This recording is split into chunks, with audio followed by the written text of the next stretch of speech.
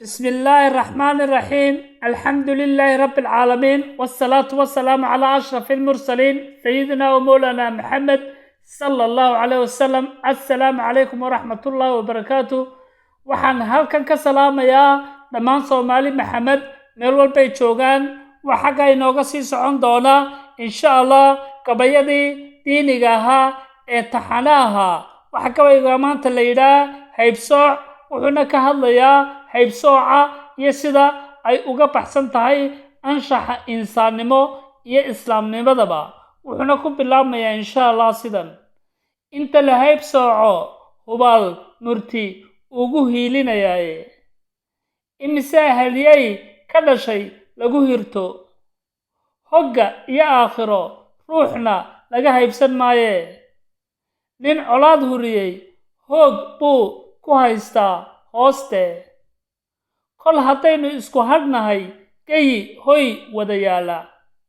Soomaalaya hirdaniyo habow hilib xaaraan isir u leh, nin walba hankiisa ayuu hore ugu socdaaye. nin walba hooyaa 9 bilood ku dhashaye, habeen iyo maalinna hilaacoodu isku si uma halalacleeye. ninkii hirqaarmee been u hanqaltaaga hallowsane, waa in loo han weynaadaa hiilkoode. himilo ayay leeyihiine ma hurdaane, dhaxan nimay haysaa busta huwadee. hanfi kulul nimay haysaa hirdami maaye. maxaa dad ceeb ka hufan laga haleeyey sharaftooda laga halaagay. dhaaxaa geesi hankiisu weyn yahay hoos loo eegay. aakhiro haybtu waa iimaankoo hore loogu socdaaye. maxaa wiil horumar jeclaa haybsoocu la hadhay.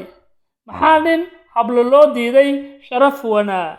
diinteenna habboon may hibayn haybsooce, ninkii u taqwadsan ayaa alle kor ahaaye ugu dhow hoy janno hele.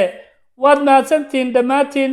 waxaan leeyahay nin walba 9 bilood bay hooye ku dhashaye. haybadda iyo sharafta walaalka muslima aan dhowrna insha Allah walaalayaal.